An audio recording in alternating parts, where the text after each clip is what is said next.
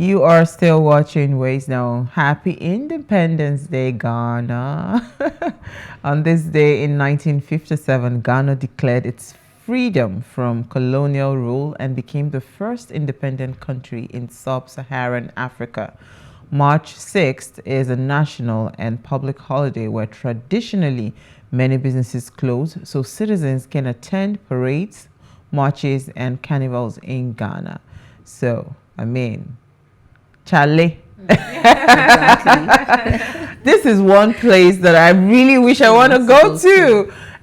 So I'm hoping maybe this month I'll visit Ghana. I've never been to Ghana. Really? I'm telling you. Oh, you should. I've never been to Ghana. Place, The only African countries I've been to is Benin. I've been to, Libreville, that's in Gabon. And I've been to Kenya. But Ghana, I don't know, for some strange reason, it's just behind the corner here. And my kids have been there. They're always bragging, yes, we've been somewhere that you have not been. Ghana is just like Beautiful Nigeria. place, It's just Better like Nigeria. than Better than Nigeria, Nigeria. With less traffic. At least when I went there, food was very affordable. The size portion as well. I love food. Massive. What? I love food. I can remember when I went to Ghana, if you convert how much I bought chicken. Chicken plus jollof rice and coleslaw. The portion was big enough to actually feed 2 people. So these tiny wings that they give us in Lagos restaurants. Full chicken wings, full hand. Full hand. It gave me 8 pieces. I was like, wait, is this my food? They said yes. I was so excited. It was so good. And they make the food is nice. The people are nice as well. It's a very nice environment, honestly. They're actually very accommodating, and their results are actually very beautiful as well. So it's one place. Accra is one place you should visit. You should go. I should, right? Yes. Okay, so we should visit. So who? Right.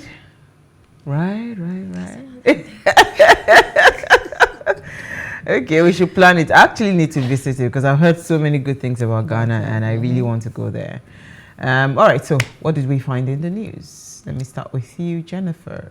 Okay, so for me, there's a comment from Huawei, the Chinese company. No plan to sue federal government over e-customs projects. So basically, there was a news out there that was talking about the e-customs project not being completed, but the PR manager of Huawei Nigeria came out and said that Huawei still continues to support the project with technical expertise to improve digitalization of customs process in Nigeria. So they're still on the road to technology development in Nigeria. So we should ignore the news and what people are saying. Is there an underground gist for this one? I reserve my comments. I plead the fifth on this one. You know why? I know why, my darling. But I'm just saying that there's a lot going on, companies. The one that Diola sent yesterday.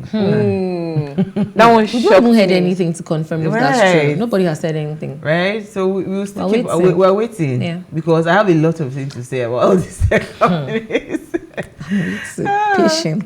All right, so Chidera, what did you find? Okay, this one is from the police in Rivers State particularly, and they're protesting about their allowance. They're saying we're losing morale for governorship election. So some policemen that provided security in the last week's presidential and national assembly elections have stated that they are yet to be paid their allowances. And some of the officers who spoke in Port Harcourt on condition of anonymity said the development would affect them. They said they would not have the morale to go for the governorship and state assemblies election if they are not paid before Saturday. So one of them said, and it's quoted here, that they told us that constables will be paid 35,000 naira. Inspectors are supposed to get 100,000 naira and above. We are very angry after the election that we are yet to get our money. The one we have worked for has not been paid for. And this Saturday, they want us to go for another election. And we know what this means if the police in Rivers State says they're not going to come out. on Saturday. It's quite a dangerous I one. beg you, they were there now. Were they not there when some things were happening in some of the polling imagine that they were there and then that happened. Imagine that they are not there at all. See, listen, if they're not there, we go there prepared. Because no, so whether they were there or not, it still felt like they weren't there. Because it seemed, yeah. there were loads of allegations against the police. I'm sorry to say, but there were loads of allegations against the police, saying that it's almost like they were aiding and abetting, The entire rigging process and violence, right? So I mean, so it's not just enough. And I don't like the idea of everything has to be about money. Right? There's something called service, right? Everything doesn't have to be about money. I don't know when people say, they've not paid me, so I'll not get up, I'll not work, I'll not do this.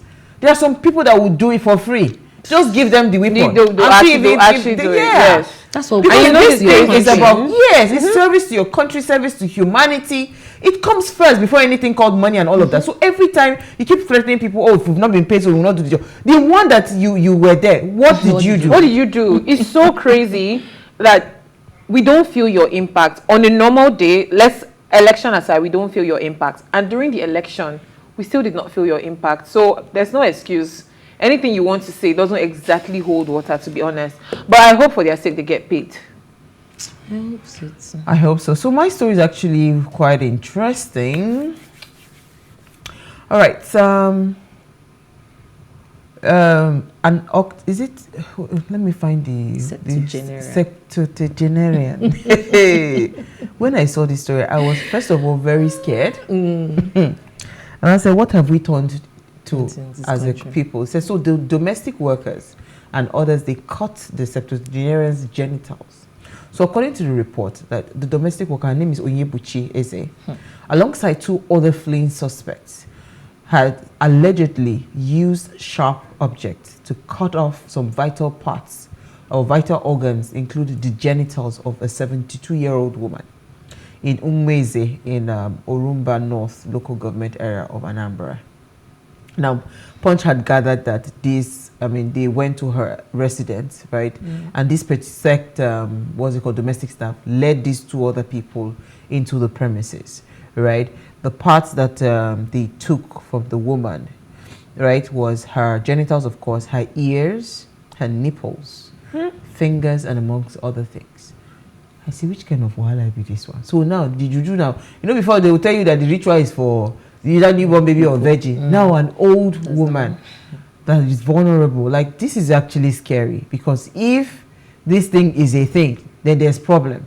Because how many old people will be able to defend themselves? How many? Do you understand? So this one, when I saw it, I said, what is this world turning into? This is very scary. Very scary. Very scary.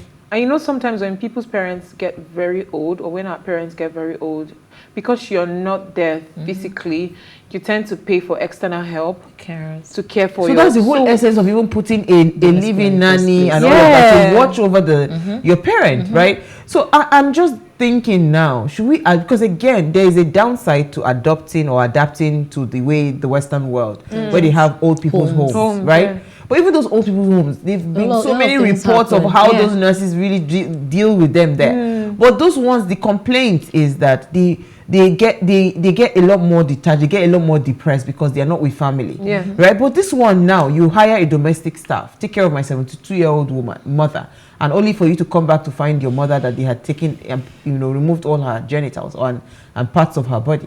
That's actually scary. That's very scary. It's very scary. So I don't know what other alternative can work, in taking care of old people. I don't know, because I took care of my grandfather, right? But the good thing about my own grandfather was that my cousins were living in the same. So everybody.